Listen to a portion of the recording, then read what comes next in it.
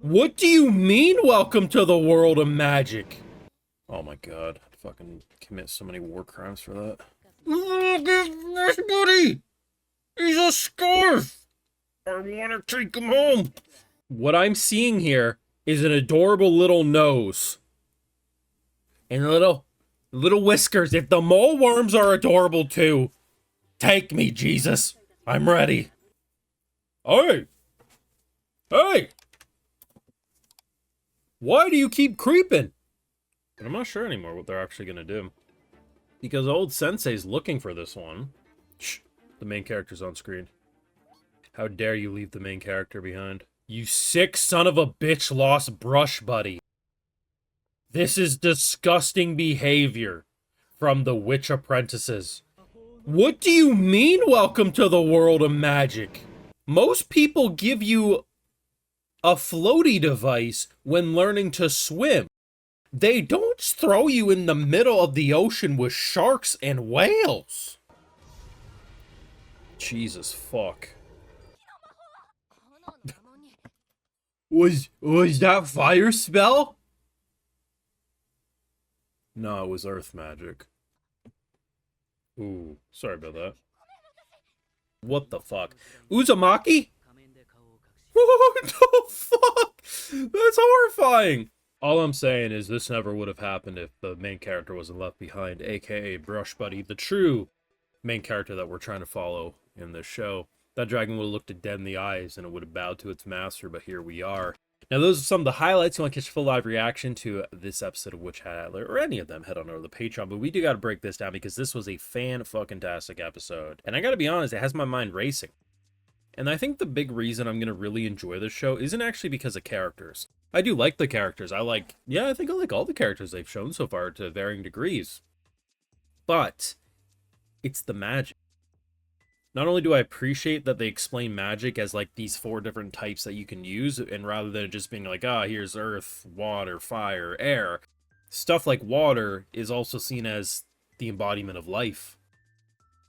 Air is like the traveling to other worlds. It's just little detours with the details of magic can go a long way of making something interesting, and the combination of seals and how once it's fully connected, that's when it activates, is such an engaging thing. Now, seemingly the solution to get out of this this maze is probably to go up where Coco saw the seal, because if you destroy that or mess it up, it probably will undo whatever we're seeing. Now, they're going in seemingly the complete opposite direction, but then again, we might be able to circle around. But she's obviously pretty frazzled after kind of the god just, beat the living shit out of her. And honestly, this was a moment. You see, last week, someone got the panties all ruffled because I dared called a child a bitch. But she was a bitch last week. And to be honest, she probably was this week too, but it's more justifiable this week. And that's what makes her, I think, the most interesting character in the show, my favorite, is that Coco is a very inexperienced person who probably shouldn't be here. And under normal circumstance wouldn't be here because ultimately she's only here because she has nowhere to go. And she is seemingly the key in finding this person who's a part of a group who's all about forbidden magic and for some reason is latching on to her. So she really doesn't have the experience to be among her peers. And because of that, it's understandable where frustration comes in. This moment was a really good one because I'm sure some people will get really pissed off with her. I actually completely understand the crash out. We're in the middle of trying to finish our seal and, we're trying to basically tunnel through these walls. And while, yes, she had a important thing to say, we don't grab, right? Hell, even talking, this is a very precise thing.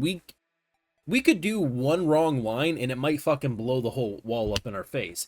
There's a lot of danger. And while, yes, it's very mean to scream in her face, this is why your mother accidentally did it. You don't try to do bad things, but bad things keep happening. It's a justifiable crash out. It really is.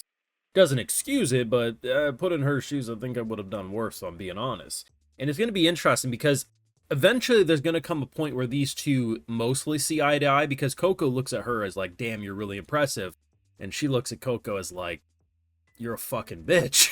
That's basically what it feels like. And I'm not sure exactly what it's going to be. Maybe it will be Coco saving her life or just doing something that, finally says, I'm willing to give you the benefit of the doubt going forward.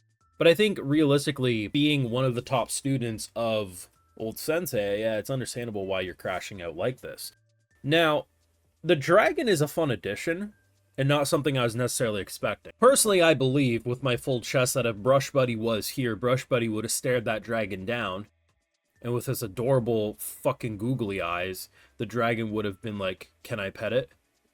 And would have used its big little claw to give it a little chin scratch or something. I'm only partially joking. That's the crazy thing. Now, I gotta be honest, the animation cooked even harder than I think they've ever cooked. It was very noticeable how good the production was because of these flames. Now, I think in general, flame animation is typically pretty solid anymore, but I think this was entirely hand-drawn. I think the entirety of everything we saw, and man, just seeing how you could rewind this scene and play it over 20 times and look at a different section of the screen each time, and you're going to notice the attention to detail in the line work. And because of that, the entire screen just moves as if it really is this explosion of fire in our face. And seeing, I'm pretty sure the dragon was entirely 2D as well. This thing moved very creative. There's one shot where it focuses up close on the eye and it almost blinks like a reptile would.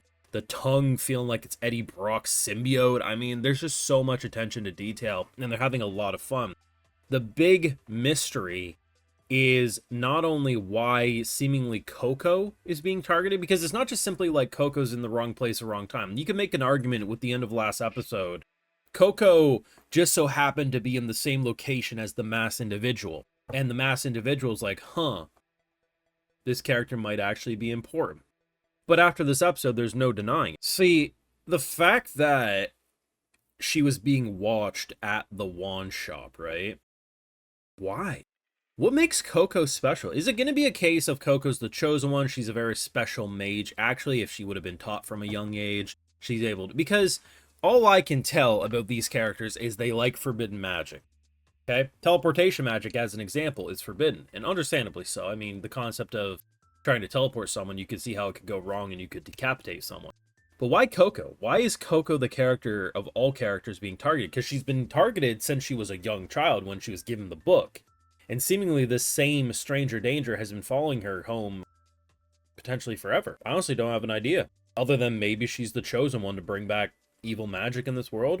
Is it actually going to be evil? I don't know. I'm still like, I kind of believe what their society's saying about why they keep it a secret, but at the same time, what if they are secretly just people trying to put power back in the hands of the people? But unfortunately, you could see how that could go wrong. So I don't know. Either way, though, what a great episode. I mean, I think a large part of my enjoyment will come from the fact that I just really enjoy thinking about how magic can be utilized in this world and how it could go very wrong. There's just so many little pieces at play, and, you know, if this was a show that when it first started airing, it's like, oh, this is 100 episodes back to back, I would say, oh, okay, maybe. But then after the first couple of episodes, I would be like, oh, I understand. Let me know your thoughts down below. Do you agree with me? Brushbuddy would have had this dragon kneeling and calling it master by the first second it saw it? Because if you say otherwise, you're a fake fan of the show. I just want you to know. But hey, you're allowed to have that wrong opinion. Thoughts down below. Drop a like, share, support, subscribe, ring that bell, and of course Patreon for live reactions over there and other exclusives, because you know I love to give those videos shows because my patrons are what make it all possible over here on YouTube. Alright, so today we got Jessica L. Compton, Ishta, Mav, Jarl Brawlgrove, Omar, Jay Vorty, and we also have Daniel Koskell. So I appreciate the support. Please take care and you have a good one.